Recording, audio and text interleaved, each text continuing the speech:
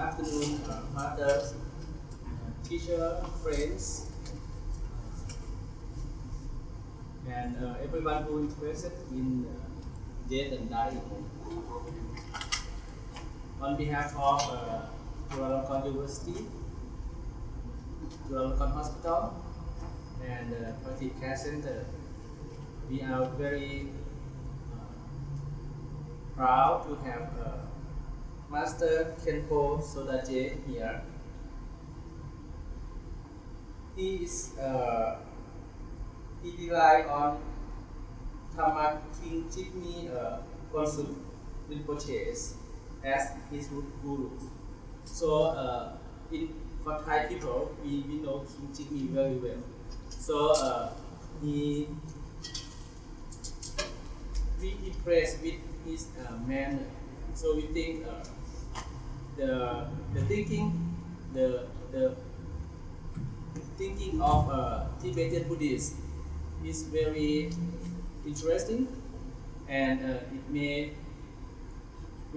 make us to have some insight about death and dying that we face every day in our hospital.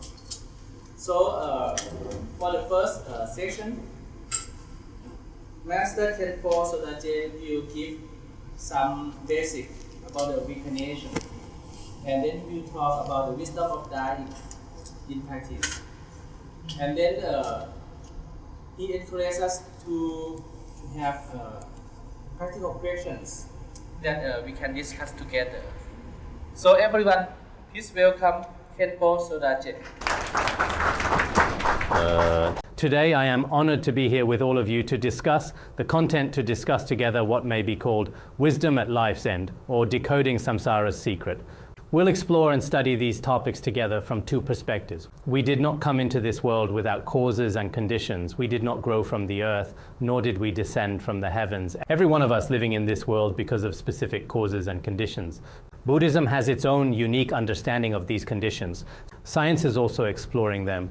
I believe that all of us gathered here today as Thai people, we have all been raised with faith since childhood and also acknowledge the existence of samsara. Regarding one's past life, present life, and future life, I believe everyone has a clear understanding of these causes and conditions. The continuation of life is something that each of us should pay attention to. If we only understand the brief span of this present life, without studying the existence of future lives or investigating where our past lives came from, then we are not very different from animals. So I wonder, for all of us here, how much concern do we have about the continuation of life?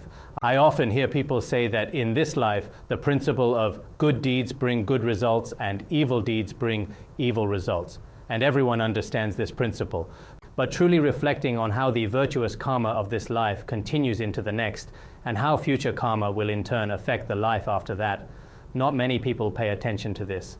Therefore, today, as a Tibetan Buddhist monk, with the understanding and research I have accumulated, in Thailand, 98% of people believe in Buddhism. But truly believing in Buddhism means understanding that its most essential teaching is the doctrine of samsara. If we don't understand samsara, then temporary refuge taking or temporary pursuit of blessings is not ultimately meaningful. I have spoken on the topics of end-of-life wisdom and samsara at other universities as well. But at those universities, extensive scientific evidence is required because they generally do not believe in the existence of future lives. So I often rely on scientific findings to persuade them, rather than explaining primarily through Buddhist principles. However, here, because everyone already has a Buddhist foundation, there's no doubt about the existence of past and future lives.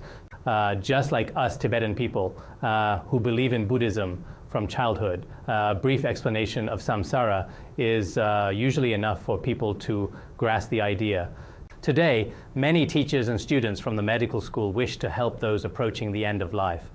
But offering a few words of comfort may not be sufficient. It is essential to speak about samsara, that life continues. If we understand this continuity of life, then even a patient facing death can feel that their existence still holds hope. To understand this, one must understand dependent origination. Buddha taught that dependent origination has two dimensions, external and internal. Outer dependent origination refers to the process in which a seed produces a sprout.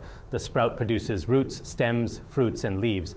Just like a tree, it arises from various causes and conditions: earth, water, fire, wind, and many others. All external phenomena arise in this way. This is called outer-dependent origination. What is most important for us to understand now, however, is inner-dependent origination. Inner-dependent origination refers to how each of us continues to wander in samsara, being human today, perhaps an animal tomorrow, a human in this life, an animal in the next, and possibly a celestial being again afterward. Before attaining liberation, we continuously transmigrate in this way. As people of intelligence, we must understand this process. The first point I wish to share today is that samsara has causes. Our mind also has causes. The initial cause is self-grasping, also called ignorance. Every person's clinging to I and mine is the root of all samsara. This ignorance is the first of the 12 links of dependent origination. If we don't understand the 12 links, the foundation of the Buddhist doctrine of samsara, then even if we wish to care for others, we will not truly understand how. Once there is self-grasping, we create virtuous karma and unvirtuous karma through the various actions of body, speech, and mind. This is the second of the 12 links formations. Ignorance and formations, these two are the causes that preceded our birth into this world today. After such karma is created, consciousness arises in correspondence with it. Virtuous and unvirtuous karma are stored within the alaya consciousness. This is what we call consciousness. This consciousness must continue to exist. When our physical body dies, it disintegrates, but consciousness continues on. As Dr. John Eccles, the 1963 Nobel Prize laureate, pointed out from a medical perspective, after the physical body completely dies, a non-material consciousness remains. It does not perish. From a medical perspective, we all know that every day many patients pass away, their bodies cease to exist.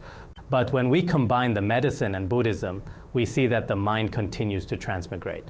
From a philosophical perspective as well, our body may perish, but the mind doesn't necessarily perish. Yeah, the famous philosopher Schopenhauer also said, while the body ultimately dies, the self does not simply vanish, it continues to exist. Philosophically, this is also how we understand it. So as I mentioned earlier, after these two preceding causes, consciousness arises and continues on. When it enters the womb, it's called name and form. Among the 5 aggregates, apart from the 4 aggregates, there's a kind of consciousness within itself. This consciousness, apart from the 4 aggregates, is what we call name. Before the physical body fully develops, there also exists a subtle form element. This is part of the second process. As I explained earlier, this 4th link of the 12 links has already been covered. The 5th link is called the 6 sense bases.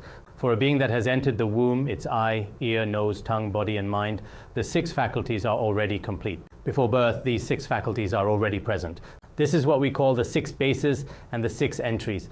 After the 6 faculties arise, external form, sound, smell, taste, and tactile objects, together with one's internal faculties and the 6 consciousnesses, I just spoke about the 6 bases, and now contact has been explained. Once the 5 objects and 6 faculties come together, feeling arises. Feeling means that toward pleasant objects, happiness arises. Toward unpleasant objects, aversion arises. Toward objects that are neither pleasant nor unpleasant, a kind of ignorance arises. This is the neutral feeling, neither suffering nor joy. This mental state is what we call feeling. These 5 dharmas are the ripened results of past life manifesting in this life. After these results have arisen in this life, there still appear craving, grasping, and becoming. These 3 links. Craving means that one wishes to embrace pleasant sensations and refuses to endure painful sensations. This includes aversion craving, deluded craving, and attachment craving, a set of mental states comparable to the ignorance we mentioned earlier. After craving comes grasping. With craving, one further clings, and this is called grasping, which corresponds to the earlier link of formations. With these 2 causes and conditions, becoming arises. These 3 links form this life's causes for the next life. They are all created by ourselves in the present life. Once these 3 arise, the next life's birth follows. We may be born in the human realm or take birth as other beings, continuing to transmigrate elsewhere. After birth, there's also aging.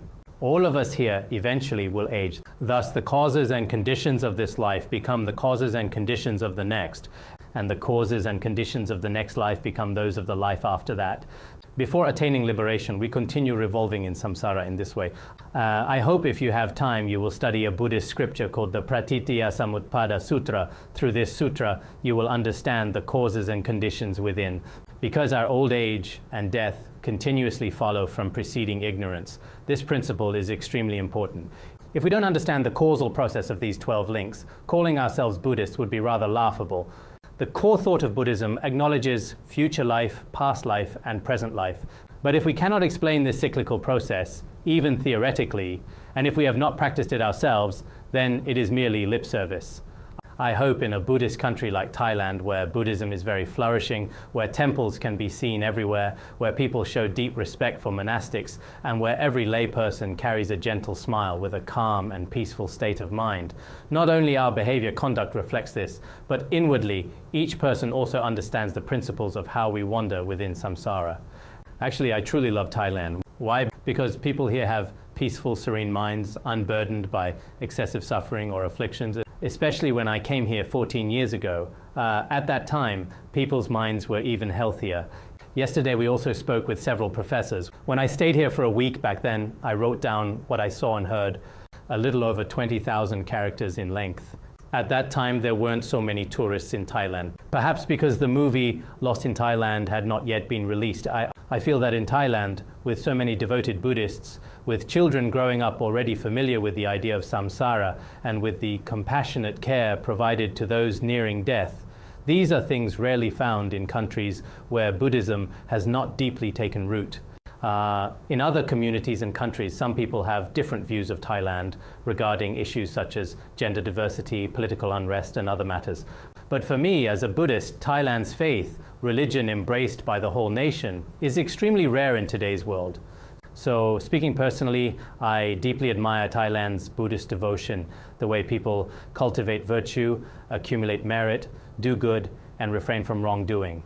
So as I mentioned, whether we follow Theravada Buddhism, Mahayana Buddhism, or the Tibetan tradition that I studied, their essential teachings are not different. Thus, the doctrine of the 12 links of dependent origination is something we all need to understand. We must understand that continuing to revolve in samsara is profoundly painful. Samsara, like a burning house, very painful. Therefore, we must break this cycle. This is a common goal for all of us. To break or unlock the code of samsara is precisely what Buddhism teaches, cultivating the wisdom of selflessness and emptiness. Without this realization of emptiness, the fundamental ignorance I mentioned earlier cannot be eliminated.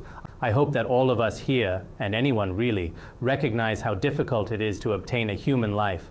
But in this life, will we continue wandering in samsara as animals, as horses or oxen?